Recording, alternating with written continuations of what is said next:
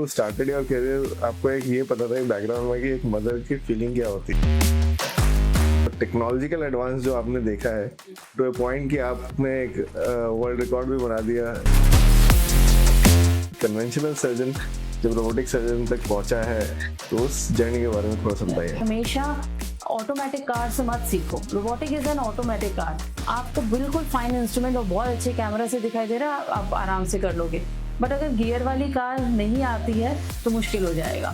Come from very humble background, मतलब बहुत ही middle class या उस वक्त और भी लोअर मिडिल क्लास चाहिए। अपने पड़ोसी से मांगने गई थी तो मुझे यही डाउट था कि क्या मेरे पापा वापस कर पाएंगे इस पैसे को। बैठे बैठे एक पोस्टमैन आए, उन्होंने ऐसे एक स्लिप सी बरामदे में फेंक दी। उस पर लिखा हुआ था आप लखनऊ आए, हस्बैंड दूसरी शादी कर रहा है। मैंने कहा दूसरी शादी कर लेगा तो कोई बच्चा हो जाएगा क्या? सॉन्ग तो उसी में नहीं है। वहां से मैंने अपनी डायरी लिखनी शुरू की थी, क्योंकि आप जब पेन में होते हैं तो you have to pour that pain on paper. बहुत जबरदस्त सेटबैक्स होते हैं, तो उनको कैसे टैकल करते हो? अगर मैं उस वरांडे में उस वक्त नहीं होती तो आज मैं डॉक्टर नहीं होती। नमस्कार दोस्तों, मेरा नाम डॉक्टर देवाशीष चंदा है। मैं एक ऑर्थोपेडिक सर्जन हूँ और आज के इस पॉडकास्ट में हमारे साथ एक बहुत ही स्पेशल गेस्ट है, जो कि नॉट ओनली एक बहुत ही skilled surgeon as well as doctor है, और वो एक वंडरफुल मदर भी है, और उसके साथ एक जबरदस्त राइटर भी। सो आज के इस शो में स्वागत करते हैं डॉक्टर अरुणा कालरा का, जो कि एक एस्टेब्लिश्ड रोबोटिक गायनेकोलॉजिस्ट सर्जन है। Welcome ma'am to this show. Thank you very much Devashish. Sunday को आप ही उठा सकते थे मुझे। मैम आपके पास इतने बिजी आप रहते हो, जिसमें मुझे लगता है कि आपके साथ टाइम निकालना बहुत डिफिकल्ट है, तो संडे मॉर्निंग से बेहतर टाइम और कुछ हो नहीं सकता इस पॉडकास्ट को शूट करने का। So ma'am, as everyone knows, और आप भी काफी फेमस एंटिटी हो, तो मैं एक सवाल आपसे डायरेक्ट पूछ रहा हूँ पॉडकास्ट में। इस पॉडकास्ट में हम आपकी जर्नी के बारे में पूछने वाले हैं, ठीक है? सो हम थोड़ा सा फ्लैशबैक से स्टार्ट करेंगे। मैं पूछना चाहता हूँ, आज doctor Aruna Kalra established and the starting point. So मुझे थोड़ा सा फ्लैशबैक में आपको जाके बताना होगा आपकी स्टार्टिंग जर्नी किस तरह से हुई। ये देवाशीष ही कर सकता था ये mysterious question.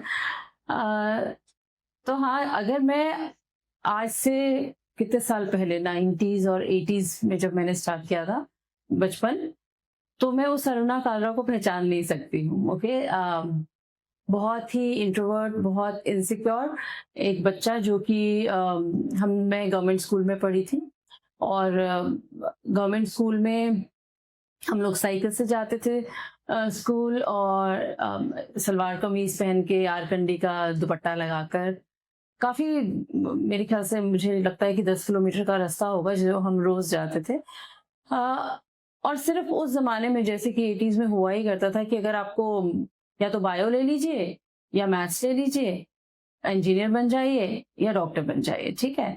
But I come from very humble background, मतलब बहुत ही मिडिल क्लास या उस वक्त और भी लोअर मिडिल क्लास चाहिए, उस तरह की अपब्रिंगिंग थी। और शायद डॉक्टर बनना भी एक बहुत ही बड़ा ड्रीम था, मेरे के लिए ही कहेंगे उस चीज को। लेकिन क्योंकि हमारे गवर्नमेंट कॉलेजेस का जो भी एंट्रेंस एग्जाम होता था, हम लोग 9 लोगों का ग्रुप था गर्ल्स का, गवर्नमेंट स्कूल का, और हम सब लोगों ने वो उस एंट्रेंस के लिए कोचिंग के लिए तैयारी किया कोचिंग में। बट आपको बहुत ही आश्चर्य होगा ये जानकर कि उस कोचिंग के उस वक्त 500 रुपये फीस होती थी हर महीने की। वो 500 रुपये अभी मुझे ऐसा लगता है कि शायद, मतलब मुझे तो 50,000 के बराबर लगता है, because that 500 it was very difficult for my father to collect every month. तो वो जो पहली बार जो 500 रुपये दिए थे वो भी नहीं थे हमारे पास, तो मैंने अपने पड़ोस में जाकर, मम्मी पापा घर पर नहीं थे, किसी की डेथ सेरेमनी पे गए हुए थे, तो मुझे पड़ोसियों से जाके मांगने पड़े, क्योंकि उस बैच में अगर मैं नहीं हो पाती तो मेरी 9 फ्रेंड्स के साथ से मैं अलग हो जाती, और मुझे उसी बैच में होना ही था, नहीं तो मैं पढ़ाई भी नहीं कर पाती, क्योंकि combined study is very important. जब मैं अपने पड़ोसियों से मांगने गई थी तब मुझे यही डाउट था कि क्या मेरे पापा वापस कर पाएंगे इस पैसे को। लेकिन फिर भी मैंने उनसे मांगा, हमारे अच्छे रिलेशन थे, उन्होंने दिया, अरोड़ा अंकल थे वो, और वहां से हर महीने क्रैश कोर्स ही किया था मैंने 3 महीने का, बट वो 1500 रुपये आज की डेट में जब मैं अपने बच्चों को 500 रुपये देती हूँ या सोचती भी नहीं हूँ देने के लिए, तो मुझे अभी भी वो ख्याल आता है कि वो कितना कितना भारी था उस वक्त हमारे लिए। But anyway, after 3 months of crash coaching किसी और लड़की का नहीं हुआ, बट मेरे ख्याल से भगवान ऊपर से देख रहा था कि एक ही ड्रीम था कि डॉक्टर बनना है। और मेरी डॉल भी हमेशा डॉक्टर ही बनती थी। मेरी माँ ने हम 3 बहनों के लिए डॉल्स बनाई थी कपड़े से, और उसमें मेरी डॉल के लिए एक वाइट कलर का एप्रन भी बनाया था। और अगर डॉल खेलते वक्त कोई ये कहता था कि इस बार मेरी टर्न है डॉक्टर बनने की, तो मैंने खेलती ही नहीं थी। तो दैट वाज, आई थिंक, कहीं बचपन से ही ड्रीम में था और मेरा वेटिंग लिस्ट में आ गया था नाम। मुझे लखनऊ बुलाया गया और बोला गया कि आप KGMC में डेंटिस्ट्री ले लीजिए, डेंटल, या फिर गोरखपुर में MBBS ले लीजिए। KGMC तो बहुत बड़ा नाम था, तो हमें लगा कि क्या करें, बट एनीवे मुझे लगा कि नहीं, मैं MBBS ही करना चाहूँगी, and that's how my journey started. मुझे लगता है कि हर एक बच्चे को, if they don't have means, like अगर आपके पास पैसा नहीं है, पढ़ाई एक बहुत बड़ा जरिया है अपने आप को बढ़ाने का आगे। तो मेरी जर्नी वहां से शुरू हुई थी, और after every 10 years when I see myself, मुझे लगता है कि ये आई हैव चेंज, मतलब एब्सोल्युटली ट्रांसफॉर्मेशन हो जाता है। हर 10 साल में एक अरुणा दूसरी अरुणा बन जाती है, और रिमार्केबल चेंज। अच्छा मैम, एक और चीज बताइए कि मतलब ये तो हमारी MBBS वाली स्टोरी हुई कि MBBS गए कैसे। डेफिनेटली मेरा अगला सवाल एक्चुअली तो था कि एक डिफाइनिंग मोमेंट आपके करियर में जिसने मोल्ड करके आपको गायनेकोलॉजिस्ट की तरफ बनाया। सो ये क्या था, क्या मतलब ऐसा करियर में हुआ जिसने आपका सारा का सारा चेंज कर दिया? आई थिंक एक्चुअली तो ये एक मोमेंट भी है, वो 500 रुपये भी एक मोमेंट बन जाता है। अगर वो नहीं लिए होते तो शायद यहाँ नहीं पहुंचे होते। और मुझे लगता है कि ऐसे बहुत सारे मोमेंट है देवाशीष। एक और ये इसमें मोमेंट है जिसमें कि जब ये मैंने बुक में भी अपने लिखा है कि मैं वरांडे में बैठ के पढ़ रही थी, क्योंकि मैंने आपको बताया मेरा वेटिंग लिस्ट में नाम था, ठीक है। तो मेन लिस्ट में नाम नहीं आया था, तो जब मेन लिस्ट में नहीं आया तो हम लोग फिर से अगले साल के लिए तैयारी करने लगे। और वो तो एक बहुत ही एवरेज जैसा लग रहा था मुझे, क्योंकि पूरे साल के हर महीने के 500 रुपए कैसे आएंगे, 300 मतलब 3 महीने के तो हमने किसी तरीके से जुटाए थे। लेकिन एनीवे शुरू किया था पढ़ना, वरांडे में बैठ के मरे मन से पढ़ रही थी कि अब फिर से पूरा साल पढ़ना पड़ेगा। पेरेंट्स कह रहे थे कि नहीं, BSc तो ज्वाइन करना ही है, 1 साल खराब नहीं करना है। और तब बैठे बैठे एक पोस्टमैन आए, उन्होंने ऐसे एक स्लिप सी वरांडे में फेंक दी, और हवा भी बहुत तेज चल रही थी उस वक्त, गर्मियों के दिन थे, लू थी। वो फेंक के गए और मैं शायद उसको इग्नोर भी कर देती, बट मैंने उठा ली, मुझे लगा शायद इम्पोर्टेंट ना हो।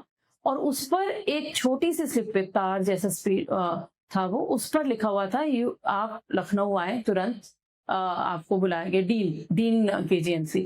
अगर वो स्लिप उड़ जाती, जो कि उस उड़ने के लिए ही डाली गई थी पोस्टल सर्विस के थ्रू, अगर मैं उस वरांडे में उस वक्त नहीं होती तो आज मैं डॉक्टर नहीं होती। मुझे ये मोमेंट हमेशा याद रहता है कि क्या इतना पुअर सिस्टम है कि आपको इतनी बड़ी न्यूज एक पोस्टल सिस्टम से बस वरांडे में फेंक के चले जानी थी, बेल बजाकर भी हाथ में नहीं देनी थी।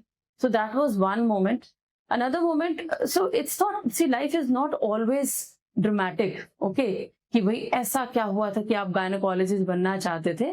बट ये था कि हाँ, जब फाइनल ईयर में ही शादी तय हो गई, इंटर्नशिप में बच्चा हो गया, तो मैं तैयारी कर रही थी और मेरा पूरा बैच एंट्रेंस, PG एंट्रेंस की तैयारी कर रहा था, और मैं अपना प्रेग्नेंट थी। I was also preparing, but again UP entrance में मेरा नहीं हो पाया जो मैं चाहती थी, जो कि बहुत आसानी से हो सकता था, क्योंकि फिर रिजर्व होते हैं हमारे सीट्स, मगर मेरा नहीं हो पाया 9 महीने। बच्चा भी ग्रोथ रेस्ट्रिक्टेड हुआ, क्योंकि सारा टाइम पढ़ती रहती थी 18 घंटे, और सिलेक्शन भी फिर नहीं हुआ। तो फिर जब सिलेक्शन हुआ इन अनदर कर्नाटका, तो एक अच्छा रैंक आया, और मेरा मन था, जो कि again everybody would be surprise, कि मैं न्यूरोसर्जन बनूं। मगर न्यूरो सर्जन बनना, अब जब काउंसलिंग के लिए गई तो ऑलरेडी बच्चा हो चुका था, कुछ महीनों का था, तो आपको लगता है कि सर्जन, उसके बाद सुपर स्पेशलिटी करनी है। सबने कहा कि कोई जरूरत नहीं है, एंड ब्रांच चुनो, गायनी में तुम्हें सर्जरी भी करने को मिलेगी और 3 साल में खत्म भी हो जाएगी, सुपर स्पेशलाइजेशन की जरूरत ही नहीं है। तो जब मैं अंदर गई तो मुझे याद है कि मेरे हस्बैंड बाहर बैठे हुए थे और उनके दिल में धुक धुक हो रहा था कि क्या लेके आएगी ये, सर्जरी ले आई तो सुपर स्पेशलाइजेशन के लिए जाना पड़ेगा, she wants to become a neurosurgeon. But anyway I picked second seat of OBGYN MD, तो दैट्स हाउ इट। तो मुझे एक और चीज ऐसा लगता है कि मतलब आपके ऑप्शन यानी कि पीजी शुरू होने से पहले आपके ट्रायल रन ऑफ प्रेगनेंसी वाला भी हो गया कि पता चल गया कि कैसा जाने वाला है और क्या होने वाला है। So I think when you started your career आपको एक ये पता था बैकग्राउंड में कि एक मदर की फीलिंग क्या होती है। सो आई थिंक वो टच मुझे लगता है कि बहुत लोगों में मिसिंग होता होगा क्योंकि they have never faced it. आज के दिन पे तो कोई भी मतलब पीजी से पहले शादी नहीं करता है और ना ही बच्चे होते हैं। So getting that mindset and I think one of the point where you once you are patient you tend to know a lot about the patient as well। ठीक है, so personal experience के साथ definitely ये मुझे लगता है एक बड़ा राज है कि why you are such a experience और वो famous gynecologist amongst all the patients। so एक और सवाल जो अगला जाने वाला है, मुझे ये सवाल हमेशा वो होता है कि जैसे आपने बताया कि 90s में आपने स्टार्ट किया, so now this is 2025, so 20-25-30 साल में there would have been a lot of change in surgical practices. पहले कन्वेंशनल सर्जरी टू पॉइंट की laparoscopic surgeries, now robotic surgeries. तो टेक्नोलॉजिकल एडवांस जो आपने देखा है टू पॉइंट की आपने एक वर्ल्ड रिकॉर्ड भी बना दिया रोबोटिक सर्जरी का। So you have to tell us something about this difference कि एक कन्वेंशनल सर्जन जब रोबोटिक सर्जन तक पहुंचा है तो उस जर्नी के बारे में थोड़ा सा बताइए। हाँ, एक तो आपका जो फॉलोइंग अप था कि कंपैशन बढ़ जाता है when you have already you have gone through labour, वो एक बहुत बड़ा पॉइंट है और वहीं से मैंने अपना लिखना शुरू किया था क्योंकि labour is really painful process and breast feeding and postpartum period और भी ज़्यादा पेनफुल है period, psychologically as well as physically. तो वहाँ से मैंने अपनी डायरी लिखनी शुरू की थी क्योंकि आप जब पेन में होते हैं तो you have to pour that pain on paper.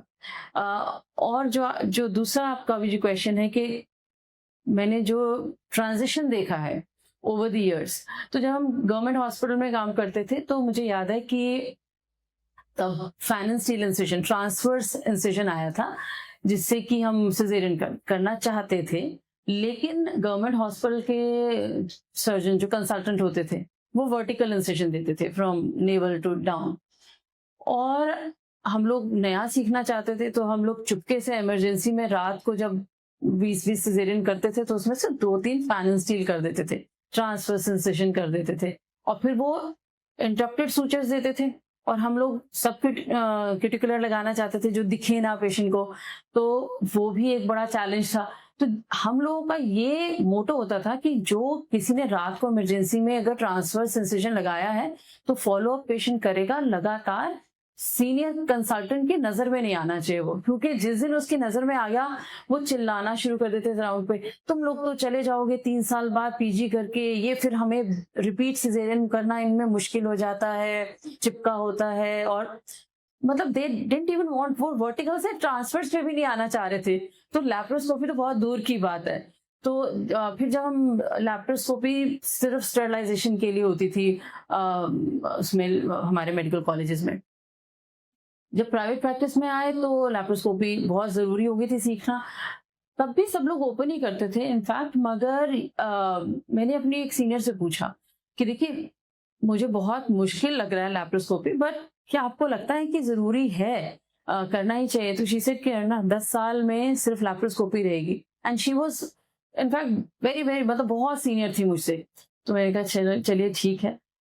Laparoscopy का लर्निंग का बहुत लंबा होता है, बहुत डिफिकल्ट होता है, लेकिन हाँ वहां से ही, क्योंकि एक ना फ्यूचरिस्टिक व्यू रहता है जैसे आपका है कि आज से 10 साल आगे क्या होने वाला है, तो वहाँ से हमने शुरू किया छोटे छोटे फेलोशिप कोर्सेज, छोटे छोटे सर्जन्स के साथ मिलकर, और लैप्रोस्कोपी। मगर अगेन वहाँ पर क्या पेशेंट्स का आता था, पेशेंट्स ये कहते थे कि अगर आप लैप्रोस्कोपी करेंगे तो कुछ ना कुछ डिजीज छूट जाएगी, इतने छोटे से होल से कैसे निकालेंगे। हमें तो जो सर्जन तब ओपन ही कर रहे थे तो वो कहते थे नहीं नहीं, ये तो फाइब्रॉइड निकलेगा नहीं, कुछ कुछ तो रह ही जाएगा तुम्हारे पेट में, ओपन ही ज्यादा बेटर है। तो थोड़ा कॉन्फ्लिक्ट वहां रहता ही है। जैसे हमारे गवर्नमेंट मेडिकल कॉलेज के सीनियर्स नहीं मानते थे, वैसे प्राइवेट में भी कुछ ऐसे सीनियर्स थे, तो लैब सीखना भी बहुत मुश्किल था। Anyway, after you have learnt mastered the art of laparoscopic surgery, उसके बाद तो कोई रोबोटिक सर्जरी में चेंज सिर्फ इतना है कि लैब से बेटर कैमरा है और लैब से बेटर और फाइन इंस्ट्रूमेंट है, और इनफैक्ट वो ज्यादा आसान हो जाता है जब आपको बड़ा और बेहतर दिखाई दे रहा है और इंस्ट्रूमेंट भी बहुत फाइन है। तो मुझे लगता है अगर पहले रोबोटिक आता तो वो इजी होता, तो वो इजी होता। इनफैक्ट मैं हमेशा कहती हूँ कि हमेशा ऑटोमेटिक कार से मत सीखो, robotic is an automatic car. आपको बिल्कुल फाइन इंस्ट्रूमेंट और बहुत अच्छे कैमरा से दिखाई दे रहा है, आप आराम से कर लोगे। बट अगर गियर वाली कार नहीं आती है तो मुश्किल हो जाएगा। तो हमेशा डिफिकल्ट चीज पहले सीखो, open, lab and robotic. But if you learn only robotic, what if something goes wrong, you can't go back, तो आप नहीं कर पाओगे, आपको पता नहीं होगा। पता ही नहीं है। चक्रव्यूह में घुसने से पहले आपको घुसना भी नहीं पता होना चाहिए, निकलना भी पता होना चाहिए। That's a good thing. And I think आपका एक उसका कोई वो भी मिला था, आपका कोई रिकॉर्ड भी बन गया था, उसके बारे में कुछ बताओगे? अब not much of record like, तो जब मैंने शुरू किया तो एक ट्रेनिंग कोर्सेज होते हैं इनके, उसमें शुरू में अगर आप सीख लिया आपने तो how quick you can learn, the learning curve again. So I had the fastest few number of cases जो कि all over world है, जिसमें fastest learning समझ लीजिए या तो fastest मतलब 100 cases reach करने वाले सर्जन आप बने। So that's actually an achievement that actually tells us कि एक अच्छा सर्जन अगर उसे बहुत अच्छे इक्विपमेंट्स मिल जाए, रोबोटिक सर्जरी मिल जाए, तो वो हो सकता है कि अपने स्किल्स को और फास्ट और अच्छा बना सकते हैं। And that's one of the example you have said. I think मुझे लगता है लोगों को सालों लगेंगे इस रिसर्च तक पहुंचने। आजकल के बच्चे बहुत स्किल्ड हैं, बहुत इंटेलिजेंट हैं, वो बहुत जल्दी कैचअप करते हैं। तो फिर वो सारा साइकिल भी कंप्लीट करके आना पड़ेगा ना जो आपने किया है। सो इसी के साथ हम अपने अगले सेक्शन में जाते हैं, लाइफ बियॉन्ड स्कैल्पल। सो अब हम डॉक्टर अरुणा कालरा से सिर्फ राइटर अरुणा कालरा जी पे जाते हैं। और सबसे पहले तो आपको मुझे बताना है कि आपके पास ये जो है मतलब राइटिंग की स्किल है, ये आई कहाँ से और इसकी इंस्पिरेशन क्या है? तो देवर्षि, जैसे मैंने कहा कि जब आपके अंदर दर्द होता है तो वो पेन पे उतर आता है, और उतर ही जाना चाहिए, नहीं तो आप अगर आप अंदर रखते हैं, पेंटअप रखते हैं, तो आप स्ट्रेस रहते हैं और काफी तकलीफ में रहते हैं। तो जब मेरी लेबर हुई थी तब वो बहुत ही एक पेनफुल इंसिडेंस था मेरी लाइफ का, और मैंने जैसे ही मैं रिकवर हुई मैंने फट से उसको पेपर अपनी डायरी में लिखना शुरू कर दिया कि कितना पेनफुल लेबर था। और पोस्टमार्टम पीरियड उससे भी ज्यादा पेनफुल था, क्योंकि ऑर्थोडॉक्स माइंडसेट की फैमिली थी और कन्फाइनमेंट कर दिया गया था एक रूम में, आपको बंद कर दिया गया, आपको सिर्फ ब्रेस्ट फीडिंग करानी है, आपको एक पर्टिकुलर टाइप का खाना ही मिलेगा, भर पेट नहीं मिलेगा, नहाना नहीं है, ब्रश नहीं करना है। कॉन्स्टिपेटेड हो जाती थी मैं, और because it was daughter, so again Orthodox family में डॉटर्स को उस जमाने में बहुत वेलकम नहीं करते थे। तो ये भी एक चीज थी कि लड़की तो हुई है तो मिठाई क्या बांटनी है, और वो लड़की ही तो हुई है का जो एक माहौल घर में था, उसमें था कि मुझे ऐसा लगता है, क्योंकि मेरा बेटा भी है, तो जब बेटा होता है तो सब लोग उसको उठाते हैं, उसको प्यार करते हैं और आपका बर्डन कम करने की कोशिश करते हैं। ओके, आप सो जाओ, और even if you want something special to eat तो बना दिया जाएगा। लेकिन जब बेटी होती है तो बेटी आपकी होती है, आपको ही पालना है उसको, क्योंकि किसी कोई उसको प्यार देने के लिए आगे नहीं आता। अब आप एक माँ जो कि 22 साल 23 साल में है और कल लड़की थी, आज माँ बन गई, इतनी लंबी लेबर के बाद उसको आपने वो बच्चा थमा दिया जिसको आपने ब्रेस्ट फीडिंग भी करानी है, और अगर वो रो रहा है तो कोई और भी नहीं है उसको संभालने के लिए। तो अगर आपको पॉटी भी जाना है तो भी आपको सोचना है तो आप कॉन्स्टिपेटेड हो जाते हैं, आपको फिशर बन गई, पाइल्स बन गए, समझ ही नहीं आ रहा कि ये जिंदगी में हो क्या रहा है। तो वो एक बहुत ही साइकोलॉजिकल पेनफुल पीरियड था मेरे साथ, जिसमें कि मुझे ऐसा लग रहा था कि people are not welcoming my child and they are not considerate towards my postmortem period. तब फिर वो मैंने सारा लिखा, क्योंकि बहुत दुख होता है, अपने ऊपर ही दुख हो रहा था, फैमिली कॉन्फ्लिक्ट्स हो गए थे इस बात में। फिर मैं गवर्नमेंट हॉस्पिटल में SRशिप करने गई, तो मुझे लगा कि मैं अकेली नहीं हूँ यहाँ पर। यहाँ तो जो भी लड़की पैदा कर रही थी उसी के साथ ही ऐसा हो रहा था। इनफैक्ट पहले ही दिन जब मैं गई तो उस दिन मेरी सीनियर डिलीवर करा रही थी, और वो डिलीवरी का ऐसा सीन था कि लड़की पैदा हुई और माँ को दिखाया जा रहा है कि देखो क्या है, बताओ लड़की है कि लड़का है, जो जिसने अभी भी डिलीवर किया है। और वो लड़की की तरफ देख के उधर मुंह कर लिया, दीवार की तरफ मुंह कर लिया, और बोल ही नहीं रही है कि लड़की है कि लड़का है। और ये वहां पे गवर्नमेंट हॉस्पिटल में होता है कि जब तक आप बताएंगे नहीं कि लड़का है कि लड़की है, तब तक मतलब ये पेन पर लिखना, कि otherwise immediately they would say कि मेरा तो लड़का हुआ था, आपने गलत किसी और का दे दिया। तो ये एक अलग ही दुनिया थी। और फिर जब हमने जाके बाहर अनाउंस किया कि फलाना पेशेंट की लड़की हुई है, बेटी हुई है, कौन है इसके साथ, इसके कपड़े चेंज करने के लिए ड्राई कपड़े दे दीजिए, और चाय बिस्किट या कुछ खाना जो इमीडिएटली देते हैं वो दे दीजिए। तो वहां पे रोना धोना मच गया। वहां पे सास ननद सब कुछ जो है वही कोसना शुरू कर दिया कि मरी ने फिर से लड़की जन दी, अब ये तीसरी लड़की जन दी। अब और फिर कोई सामने ही नहीं आ रहा कपड़े देने के लिए, कोई बिस्किट देने के लिए। फिर मैं अंदर गई, क्योंकि मेरे लिए तो ये अगेन, मैं तो अपने आप को देख रही थी उस औरत में, और मेरा लगा था कि ये कितना बुरा हो रहा है इसके साथ। फिर मैंने आया को पैसे दिए, मैंने कहा कि जाके इसके लिए चाय बिस्किट बाहर से ले आओ, और बोला कि ओटी की ड्रेस पहना दो भाई इसको, गीले कपड़ों में तो ये ठंड लग जाएगी। और कपड़े, बच्चे के लिए भी कपड़े नहीं दिए उन्होंने, तो बच्चे को भी ओटी ड्रेस में। तो आया मुझे डांट रही है कि नए डॉक्टर आते हैं कल को, ये ओटी की ड्रेस हमारी काउंट की होती है, आप ये देखना ये कल ले जाएगी ये ओटी की ड्रेस, और ये बच्चे के साथ इसके घर वाले तो इसको कपड़े देंगे नहीं, और फिर काउंट में कम हो जाएगा, और फिर मेरी तनख्वाह से निकाला जाएगा। मतलब मैं समझ नहीं आ रहा था कि ये दुनिया है क्या। और ये हर रोज हो रहा था। कोई 7वां बच्चा पैदा कर रही थी लड़की, और किसी का हस्बैंड उसको छोड़ के चला गया था। कोई बच्चे पैदा कर करके इतनी हालत बुरी हो गई थी, एनीमिक, दांत टूट गए हैं बिल्कुल।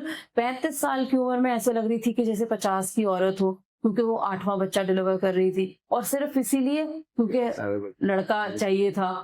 तो मुझे तब वहां से हर एक औरत की स्टोरी में लिखने लगी। हर रोज घर आती थी, और जो भी मुझे ऐसा लगता था कि ये बहुत पेनफुल स्टोरी है, या मुझे बहुत दुख हुआ, रोना आया वहां पर, मैं लिख लेती थी। और वो इतनी सारी भरती गई stories. In fact 3 years of senior residency in government hospital, and then I worked in Batra Hospital, which was big corporate hospital in Delhi. वहां पर भी सीन फर्क नहीं था।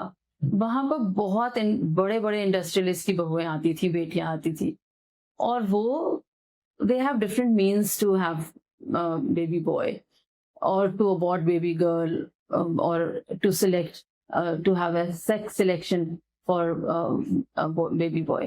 तो वो एक अलग ही, वहां पर एक अलग दुनिया देखी कि कैसे लड़का पैदा करने के लिए क्या क्या करना होता है, चाहे वो डाइट थी या स्पर्म सिलेक्शन था। तो मुझे लगा कि अच्छा, ये सीमित सिर्फ लो सोशियो इकोनॉमिक स्टेटस तक नहीं है कि अनएजुकेटेड लो सोशियो इकोनॉमिक स्टेटस, ये तो हायर माइंडसेट, एक पूरे इंडिया में लोग माइंडसेट। तो वो सब कुछ देखा। इनफैक्ट फिर वो स्टोरीज भी लिखी मैंने कि क्या हो रहा है। तो स्टोरीज बहुत सारी हो गई थी मेरे पास। फिर कोविड आया, और फिर सब शट डाउन हो गया। तो आप जो सुबह 7 बजे से लेके रात को 10 बजे तक की प्रैक्टिस थी, वो रिड्यूस हो गई। Now you were doing online थोड़ा बहुत। फिर मैंने अपनी डायरीज निकाली, फिर मैंने दोबारा से उन स्टोरीज को पढ़ा, फिर उसको डिजिटलाइज किया, सारा लैपटॉप में डाला, क्योंकि वो तो पेपर पर थी। उसके बाद मैं फिर हर स्टोरी पर रोई, और फिर मैंने वहां से शुरू किया पब्लिशर्स को लिखना, मेल करना कि आई हैव दी स्टोरीज, एक सैम्पल स्टोरी का। सभी जगह से रिजेक्शन ही आया था। बट हाँ, फिर के कुछ एडिटर मिले अच्छे, जिन्होंने कहा कि इस तरीके से एडिट करिए, इसको स्टोरी फॉर्म में बनाइए, आपकी स्टोरी एक मेन स्टोरी होनी चाहिए। और उसमें अदर स्टोरीज शुड वीव इन।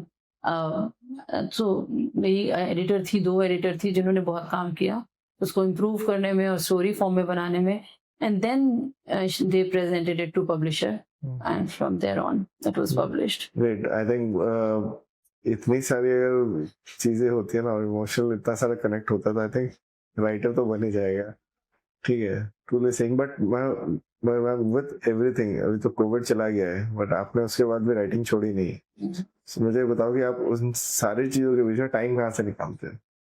तो विशेष टाइम तो देखो डिसिप्लिन अपने आप ही करना पड़ता है अपने आप को। बहुत सारे पेशेंट्स भी आते हैं कहते हैं कि हमसे एक्सरसाइज नहीं होती, यंग बच्चे हैं, हमारा ऑफिस इतना लंबा है, हमसे एक्सरसाइज नहीं होती, वो भी सो रहे हैं, पीसीओएस हो रहे हैं।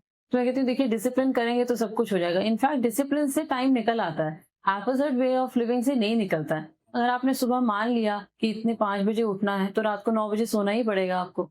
तो 5 बजे उठ के आपने अपना थोड़ा सा पढ़ना है, फिर 1 घंटे का एक्सरसाइज करना है।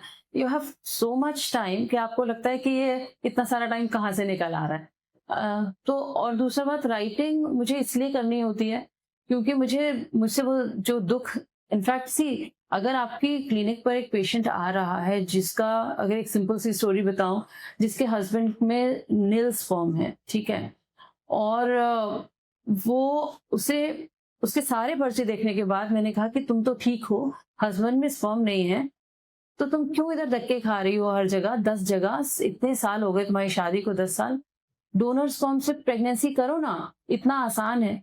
तो बोली नहीं, हस्बैंड नहीं मानता है क्योंकि उसको बताना पड़ेगा, तब वो ये मान नहीं रहा। और सिंपल सी चीज के हस्बैंड दूसरी शादी कर रहा है। मैंने कहा दूसरी शादी कर लेगा तो कोई बच्चा हो जाएगा क्या, स्पर्म तो उसी में नहीं है। कहते तब तक 5 साल और बीत जाएंगे ना, तो उसको बताना नहीं है। अब वो and she is telling me कि आप सीक्रेटली मेरा डोनर आईयूआई कर दीजिए, अगर मेरे पेट में बच्चा आ गया तो मेरी एक्सेप्टेंस हो जाएगी फैमिली में और मेरा हस्बैंड दूसरी शादी नहीं करेगा। लेकिन मैं लीगली नहीं कर सकती ना ये बात, और वो क्लिनिक मेरी चेंबर से निकल के जा रही है और मैं उसको रोक भी नहीं पा रही हूँ और मैं कुछ कर भी नहीं पा रही हूँ, और मुझे पता है उसकी लाइफ रुइन होने वाली है, मैं फिर भी कुछ नहीं कर पा रही हूँ।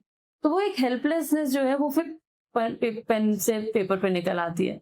तो वो रोज का ही है हम लोगों का, अगर नहीं करेंगे तो मुझे लगता है कि doctors, if you are compassionate about humankind, और अगर आप अपने मतलब मेडिसिन को एक पैशनेट तरीके से करते हैं, तो आपका ये दुख जो है वो हर पेशेंट के साथ होता ही है। अगर एक यंग पेशेंट कैंसर से जूझ रही है तो भी आपको उससे लगेगा कि इतनी यंग है, कैंसर हो गया, फर्टिलिटी खत्म हो गई, क्या करेगी, शादी कैसे होगी, या फिर उसके पार्टनर ने उसको छोड़ दिया। तो अब ये सारी चीजें तो हर रोज लिखनी ही पड़ेगी, नहीं तो आप अगले दिन के लिए you are not ready to take more pain to give them comfort to your patients. तो टाइम तो मैंने सुबह का अपना फिक्स कर रखा है। अच्छा मैम, एक और चीज बताइए कि बीइंग ए राइटर, इसने आपकी लाइफ में क्या डिफरेंस क्रिएट किया है? Has it made you a very good doctor और a patient listener with the patient?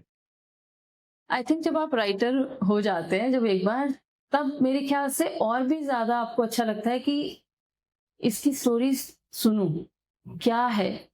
क्योंकि अगर मेरे पास एक पेशेंट आया और वो मुझे ये कह रहा है कि मुझे फटीग है, वीकनेस है, मेरा शायद मैं हार्मोनल इम्बैलेंस से जा रही हूँ, मन नहीं लग रहा काम में, नींद नहीं आ रही, तो सिर्फ वही सिम्टम्स मैं टेस्ट कराऊं और देखूं कि क्या एनीमिक तो नहीं है या कुछ हार्मोनल इम्बैलेंस तो नहीं है। हो सकता है there is something else going on, हो सकता है फैमिली में her husband is negligent towards her, या फिर कुछ और ऐसा चल रहा है जहाँ की psychology is playing more role than anything else, है ना। तो जब तक आप पेशेंट को एज अ होल नहीं देखते तब तक आप उसको ट्रीट नहीं कर सकते। तो जब वो राइटिंग जब लिख कर करा तो उसके बाद मुझे समझ में आया कि आपको एज अ होल देखना है पेशेंट को। उसकी ये सारी की सारी physical symptoms might not be a disease at all, वो सिर्फ हो सकता है कि किसी और चीज से स्ट्रगल कर रही हो, and all those things are presenting as physical symptoms. तो मुझे लगता है कि मुझे पूरा एक टीम एफर्ट देना होता है उसको, चाहे वो उसका न्यूट्रिशन हो, एक्सरसाइज एडवाइस हो, या साइकोलॉजिकल काउंसलिंग का एडवाइस हो। उसको मैं बोलती हूँ देखो एक काम करते हैं, टीम के जैसा काम करते हैं, मैं आपको सप्लीमेंट दे दूंगी, आपका हीमोग्लोबिन 12 ग्राम है, आपको कुछ फर्क, मतलब यू आर एब्सोल्युटली हेल्दी, मगर ये एक्चुअली हीमोग्लोबिन की वजह से आपको वीकनेस नहीं हो रही कि आयरन की डेफिशिएंसी है। हम लोग पूरा काम करेंगे, न्यूट्रिशन पर भी करेंगे, एक्सरसाइज पर भी करेंगे और वीकली काउंसलिंग भी करेंगे, तब जाके हम पूरी तरीके से ठीक होंगे। सो आई थिंक वही है कि एक एज अ होल आप पेशेंट को देखते हो instead of just looking at one symptom और वन पार्ट ऑफ हर नहीं, डिजीज। ये जो आपने लास्ट पॉइंट बोला ना, मुझे लगता है कि ये बहुत ही इंस्पिरेशन, इनफैक्ट जो लोग अगर यंग बडिंग डॉक्टर से इसको देखते हैं कि how writing can improve, because when you are writing you are giving thought on the previous patient, पूरी तरह से आप उसके बारे में दोबारा से सोचते हो, लिखने के लिए जमा करने की जरूरत होती है थॉट्स को, और उसके साथ जब आप ध्यान देते हो तो आपको लगता है कि हाँ, ये चीजें मैंने नहीं पूछी, ये पूछना बहुत जरूरी था इसको, शायद ये एक रह गया, तो अगले पेशेंट में आप उसको और बेटर तरीके से एक प्रेजेंट करते हो। तो I think it's a marvellous thing, I think it is a inspirational thought for all the budding doctors. मुझे लगता है उनको ये सुनना चाहिए और आपसे ये चीज सीखनी चाहिए कि हाँ, definitely writing also help a lot. Great, it helps.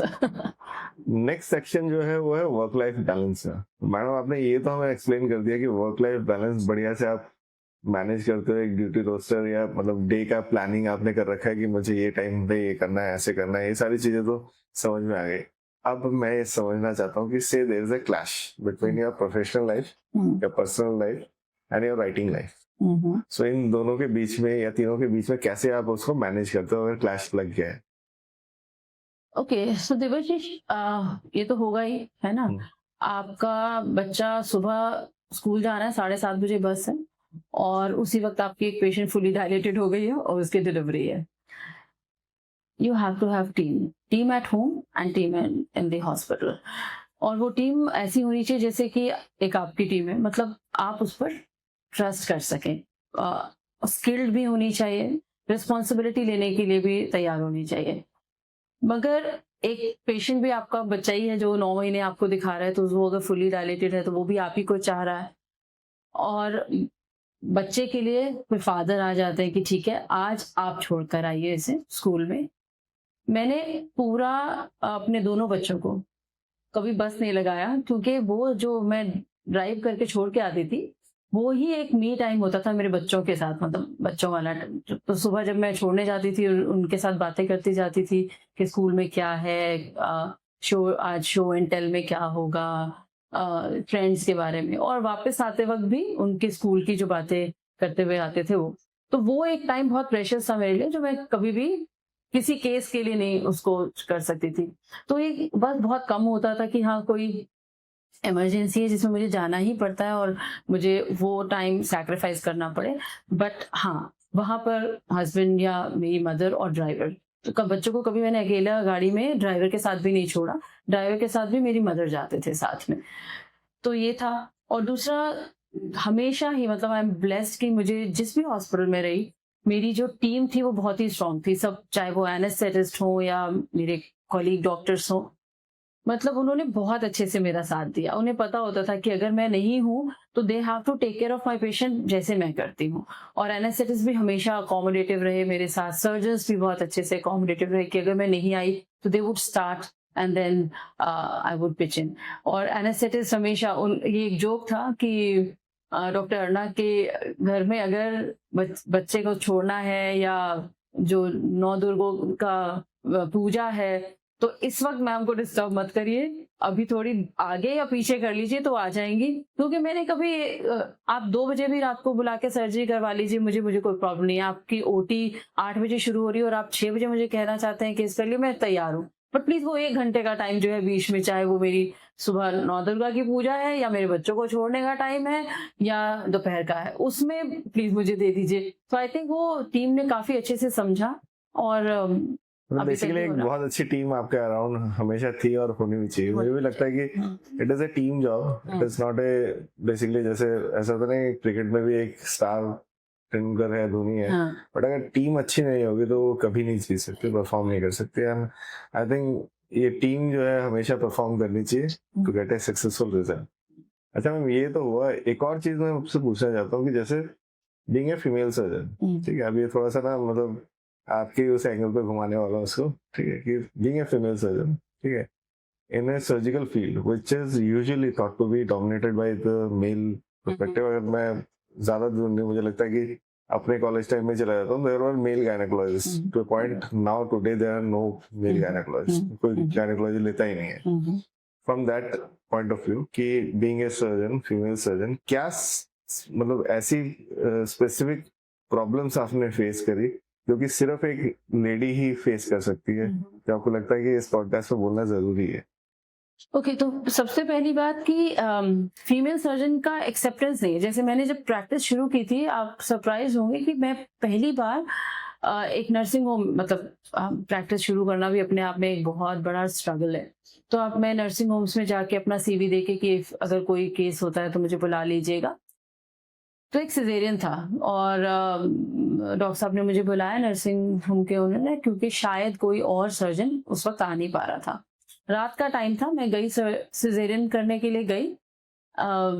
Anaesthetist जो है वो खड़े थे और क्योंकि गवर्नमेंट से आपने किया हुआ है तो आपका हाथ इतना फास्ट होता है. जो नर्सिंग होम था वो ऑर्थोपेडिक का नर्सिंग होम था.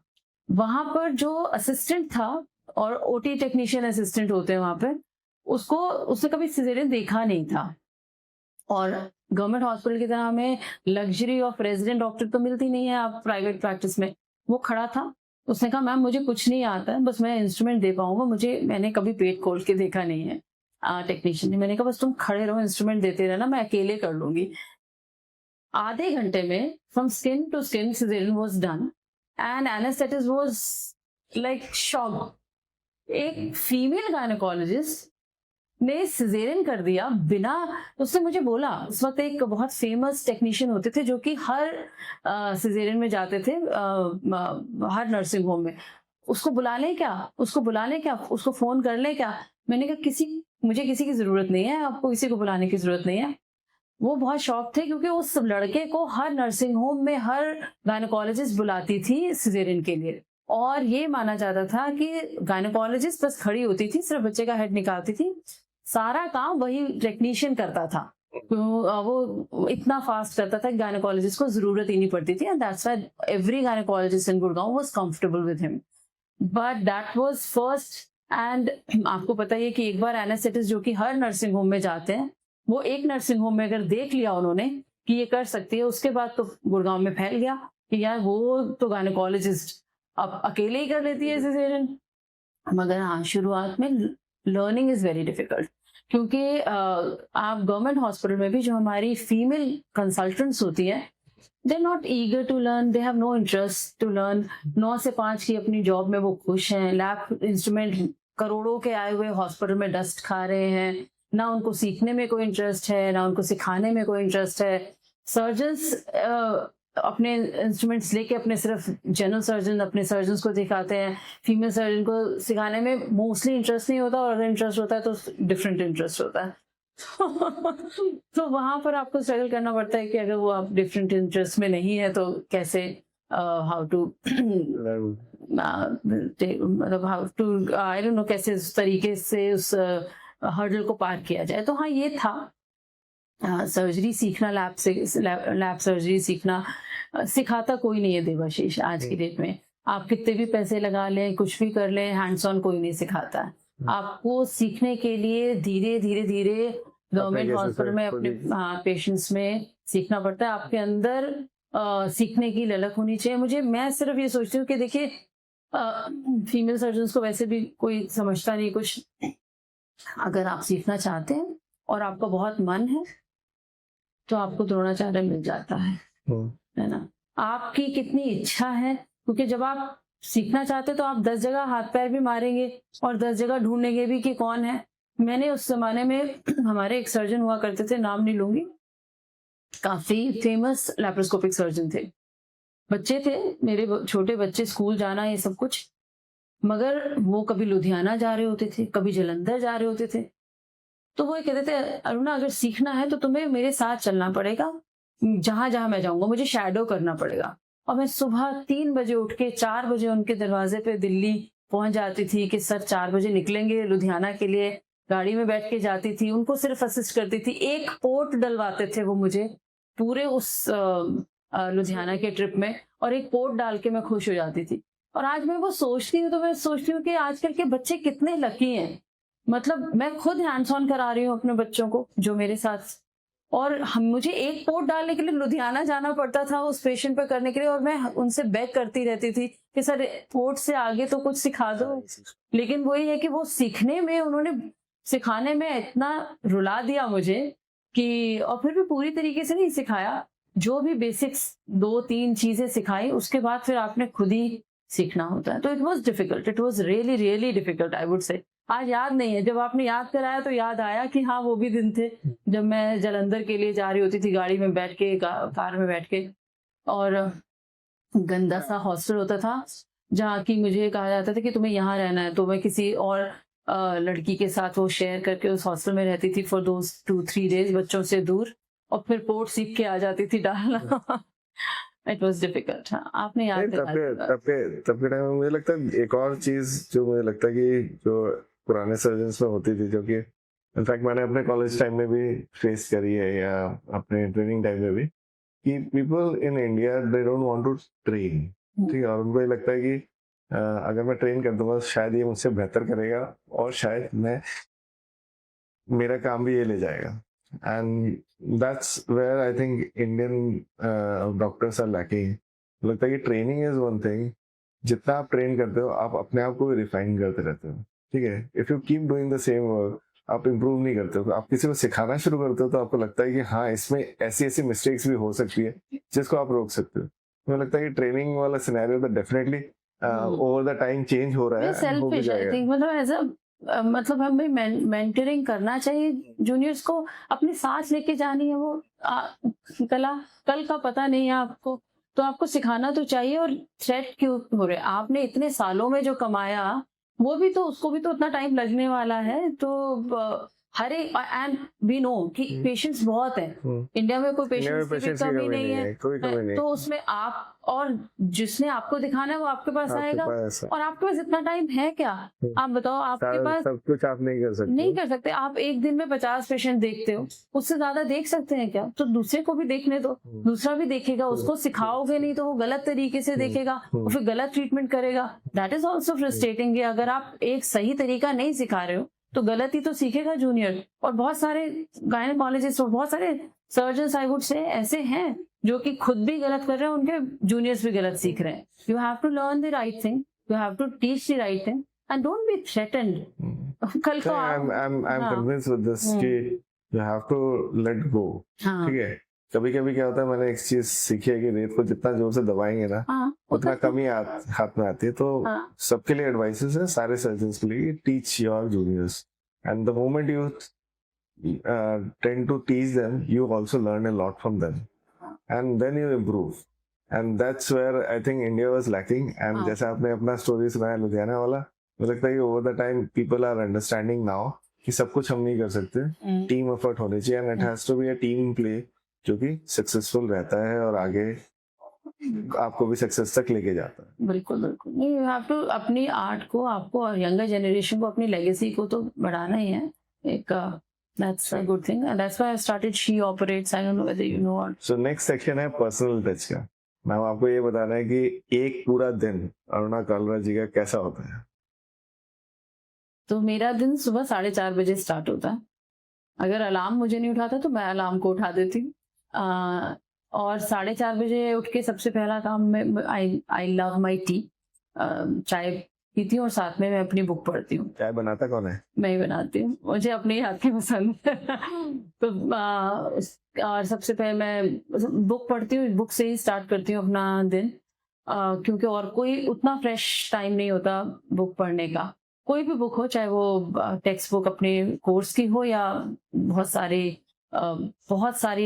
किताबें हैं जो मेरी साइट पे पढ़ी हुई है, जो जिसमें से कि कुछ तो बुक क्लब की मंथली जो मुझे पढ़नी होती है वो है, और कुछ मेरी खुद की इंटरेस्ट की बुक है। उसको पढ़ने के बाद फिर मैं थोड़ा ध्यान देती हूँ कि अभी जो, जैसे आप भी अभी कर रहे हैं तो हम लोग इंस्टा पे हैं, तो उसके लिए क्या टॉपिक करना है, तो I just curate my few things उस वक्त, क्योंकि फ्रेश माइंड होता है हमारा। उसके बाद एक्सरसाइज वाली आ जाती है हमारी, 1 घंटे का जिम होता है, घर पर ही है, वो कार्डियो भी कराती है, स्ट्रेंथ ट्रेनिंग भी कराती है, जिसकी वजह से मेरा दिन बहुत अच्छा बीतता है। नहीं तो मुझे बैक एक होना शुरू हो जाता है, नी में पेन होना शुरू हो जाता है। तो अब मेनोपॉजल हो ही गए हैं, होने ही वाले हैं, पेरीमेनोपॉजल हैं। तो exercise is very very important, which I realised only few years back, जब मुझे ये सिम्टम्स शुरू हुए थे और मुझे लगा कि मैं हार्मोन रिप्लेसमेंट थेरेपी लेना पड़ेगा for my backache and for my knee ache. But once I started with gym, so this is a routine now. Every like 5 days in a week she comes. Morning 1 hour cardio and strength training, and after that the day starts. Like you have to go to kitchen, see what is preparing, get ready. क्योंकि कई बार 8 ही बजे सुबह हमारी surgery होती है, तो OT में inform करिए कि पेशेंट शिफ्ट हो गया कि नहीं हो गया। और 8 बजे हम लोग आ ही जाते हैं मोस्टली हॉस्पिटल, और वहाँ तो पहला ओटी हो गया, फिर दिन भर की ओपीडी हो गई, पेशेंट्स हो गए, इवनिंग तक ओपीडी करते हैं, बहुत लंबा हो जाता है ओपीडी का टाइम। बीच में कई बार डिलीवरीज होती हैं, इमरजेंसी सिजेरियन होते हैं, जिसकी वजह से ओपीडी पेशेंट्स को सफ़र करना पड़ता है, काफ़ी वेट करना पड़ता है।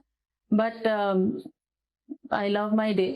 मोस्टली हम ब्रेकफास्ट नहीं करते हैं, सिर्फ एक कुछ शेक या मिल्क पी के आ जाते हैं, और दिन भर में भी सिर्फ लिक्विड डाइट पर ही रहते हैं, या तो सूप है या कॉफी है या लस्सी है। उससे पता चल रहा है आपके सुबह से डाइट कितना होता है। तो उसमें होता है, क्योंकि अब इतना जो कैलोरी लेना था सुबह, एग्स बनाना या मिल्क, वो क्योंकि हमने जिम किया था वो ले लिया।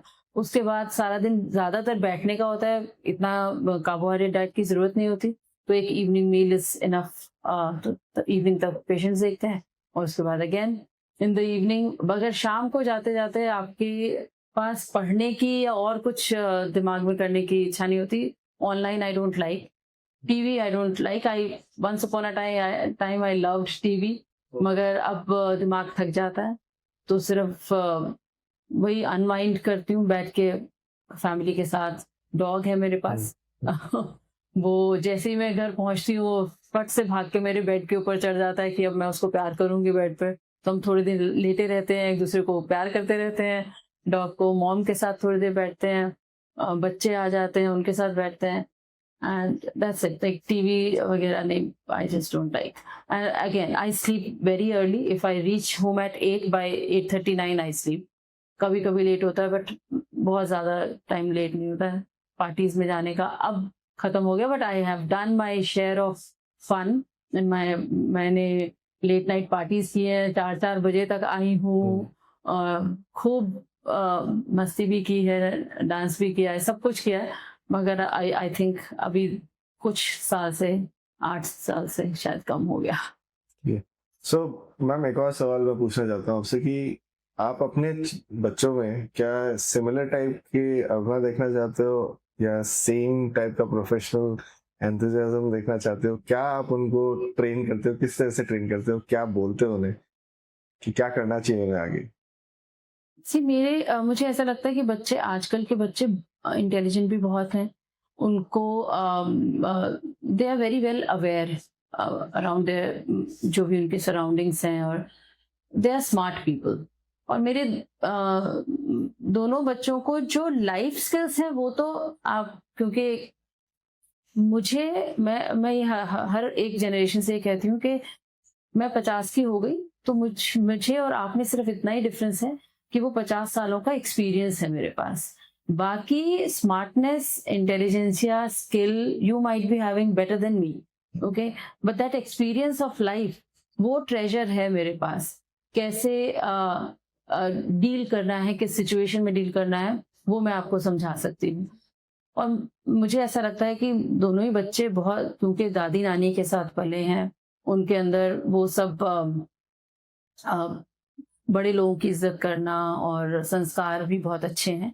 आज भी अगर वो बात करते हैं तो सुबह हम लोग या किसी को ग्रीट करते हैं घर वालों को, तो राम राम कह के करते हैं। तो they are from wherever they are, वो लोग इंग्लिश मीडियम स्कूल में पढ़े हैं, अभी भी अच्छे कॉलेजेस में हैं, पर चाहे अपने फ्रेंड्स के साथ भी खड़े होते हैं और उनके सामने भी बात कर रहे होते हैं, तो भी राम राम ही कहेंगे। दैट इज दी संस्कार। उसमें दे डोंट फील अशेम्ड कि हिंदी में क्या बोल रहे हैं, राम राम क्यों बोल रहे हैं, पैर छूना, ये सारे संस्कार उन्होंने अपने एल्डर से सीखे हैं। और दूसरा मुझे भी काफ़ी ज्ञान देते हैं वो, क्योंकि जो आजकल की स्मार्ट दुनिया है उसमें शायद कहीं हम लोगों को चाहे टेक्नोलॉजी है या और चीज़ें उसका नहीं पता, बट हाँ they are very good listener.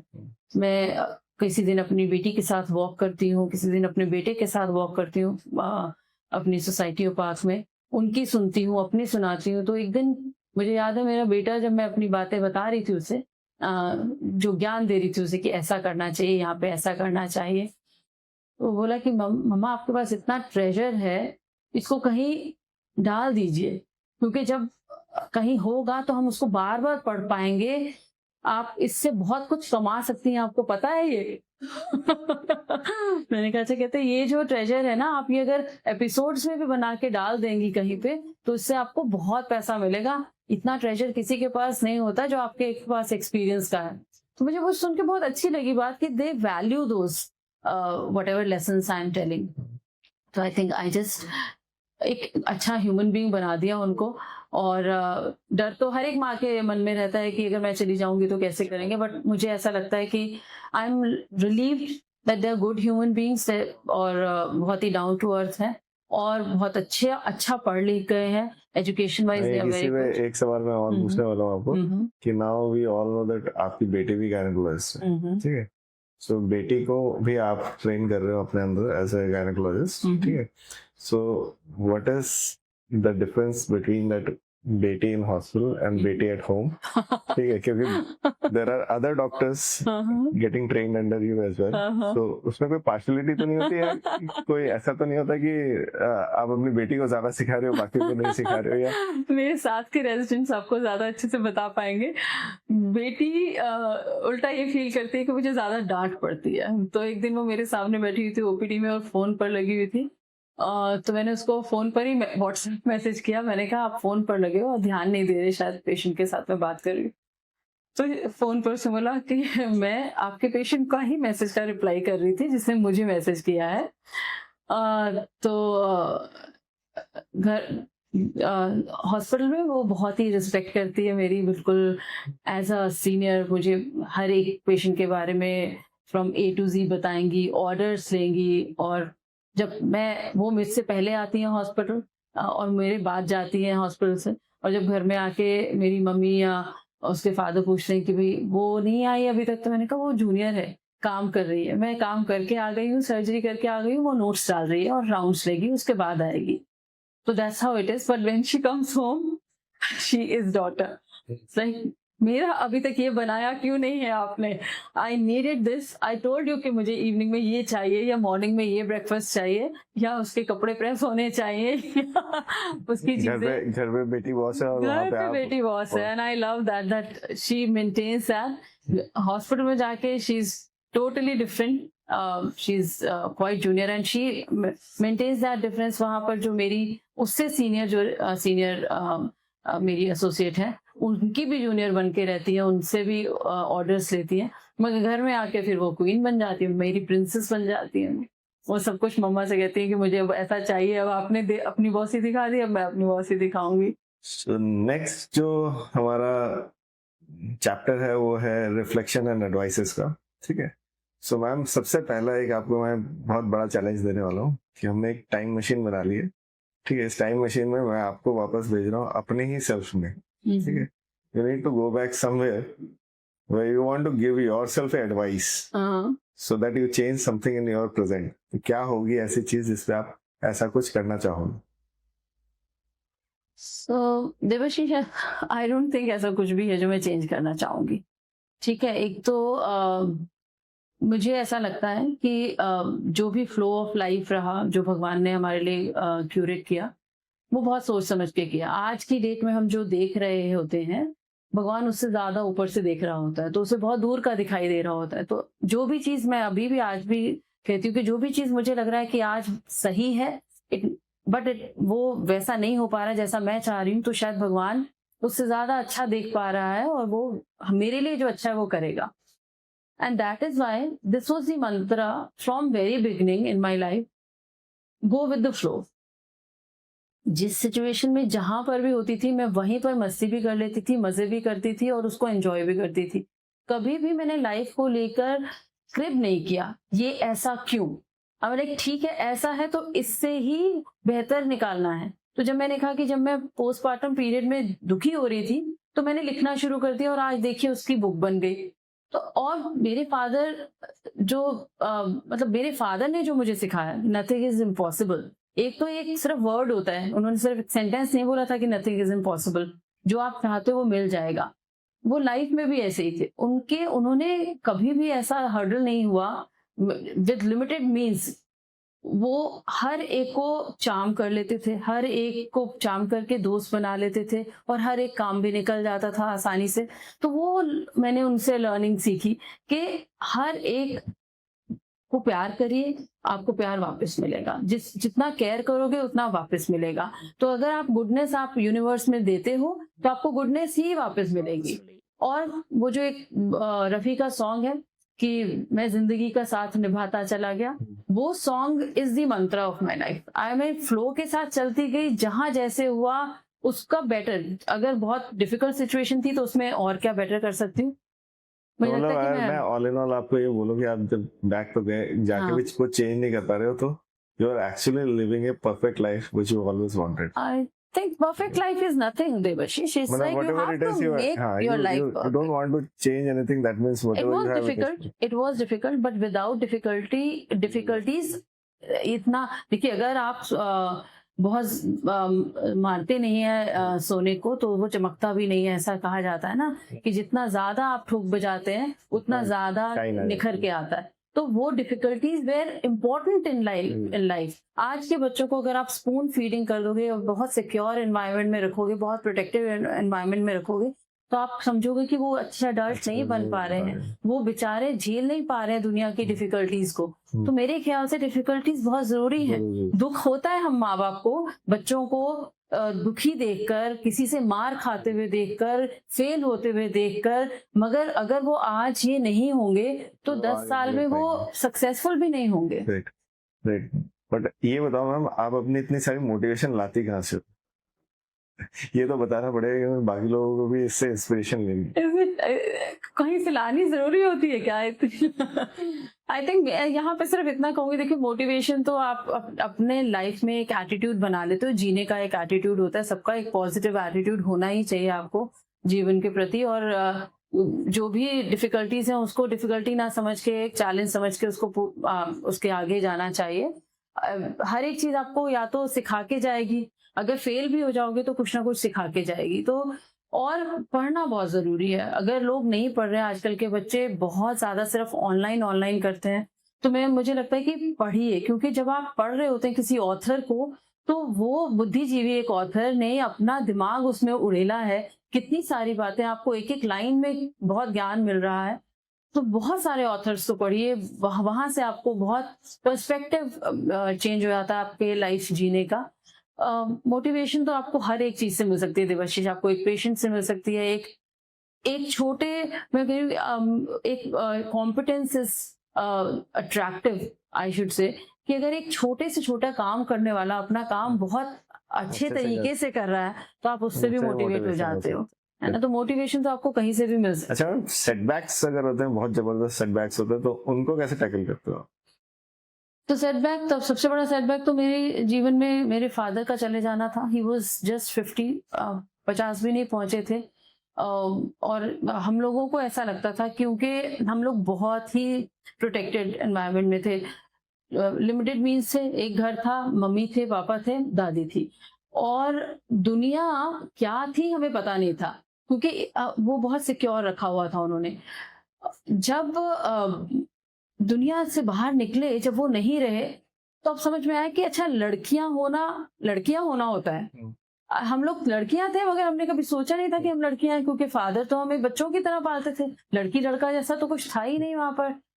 फिर समझ में आया अच्छा लड़की होना एक चीज है जो कि काफी इंफीरियर तरीके से देखी जाती है, लोग काफी उसको, जब वो फादर नहीं रहे, तो जब फादर नहीं रहे तो हमें लगा कि हम पूरा परिवार नहीं रहेगा, हम सब मर जाएंगे उसी घर में, क्योंकि उनके बिना कभी बाहर नहीं निकले थे। उन्होंने हमेशा ये दिखाया कि दुनिया बहुत अच्छी है, कोई बुरा नहीं है, सब कुछ अच्छा। लेकिन जब खुद बाहर निकले तब समझ में आया कि नहीं, ये तो डील करना बड़ा मुश्किल है, स्ट्रगल बहुत है दुनिया में, वहाँ वो एक बहुत बड़ा, इनफैक्ट आज की डेट में भी मैंने अभी तक फादर के रिचुअल्स नहीं किए।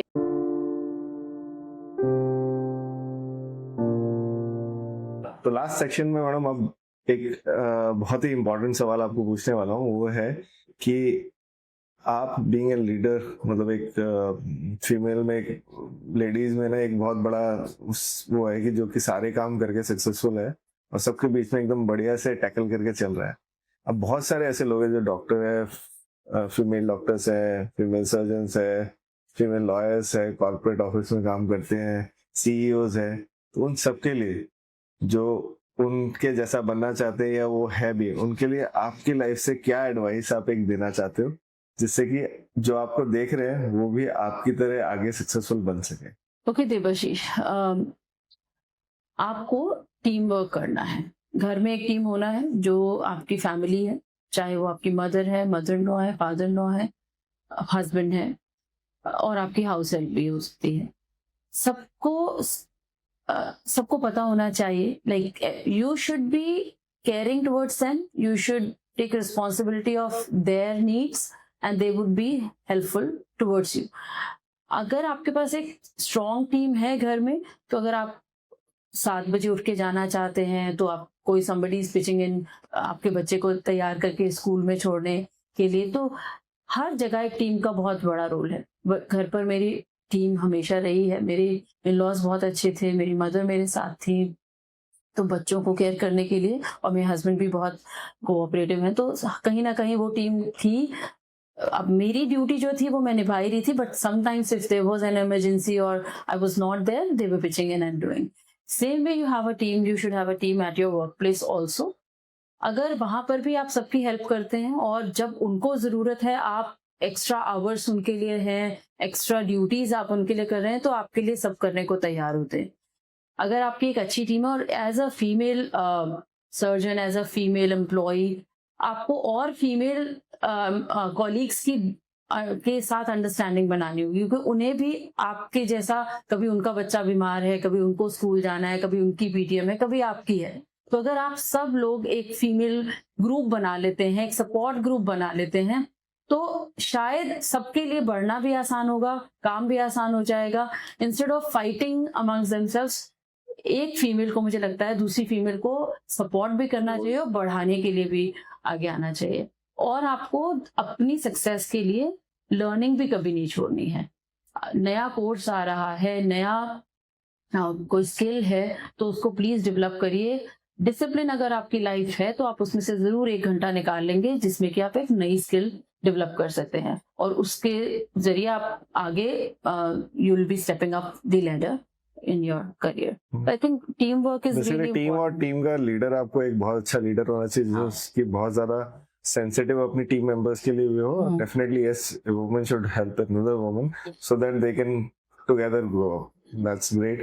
And thanks ma'am for this enlightenment session. मतलब मुझे तो ऐसा लग रहा है कि मुझे ये समझ में आ गया है कि बहुत सारे काम एक साथ कैसे किए जा सकते हैं, और जितने भी लोगों ने ये वीडियो देखा है या देखेंगे, मुझे लगता है उनको भी एक इंस्पिरेशन आपसे मिलने वाली है कि हाँ, बहुत सारे काम एक साथ किए जा सकते हैं। जैसे जगलर होता है, जगलिंग कर रहा होता है, तो आप बहुत सारी चीजों के साथ एक साथ जगल कर रहे हो, बट ये है कि आपको पेशेंस भी होना चाहिए और आपको अपना अटेंटिव स्पैन भी रखना चाहिए ताकि सारी चीजें सही से हो सके। And being a good team leader, मुझे लगता है कि at home as well as outside, आपको एक अच्छा टीम लीडर होना पड़ेगा, तभी अच्छी टीम बन सकती है साथ में। And you have given one of the perfect example कि जिसको फॉलो करना चाहिए। You should love your life and everything would fall into place. Thanks ma'am, thanks for coming to this show. And those who are watching, then definitely they can ask their comment. Comments भी डाल सकते हैं, सवाल भी पूछ सकते हैं, we'll try to answer them, and please do like and share it. And to share it to someone who is actually thinking to be Dr. Kalra, उनको अगर रोल मॉडल लेना चाहते हैं, then definitely share it. It is going to be an eye-opening thing for everyone.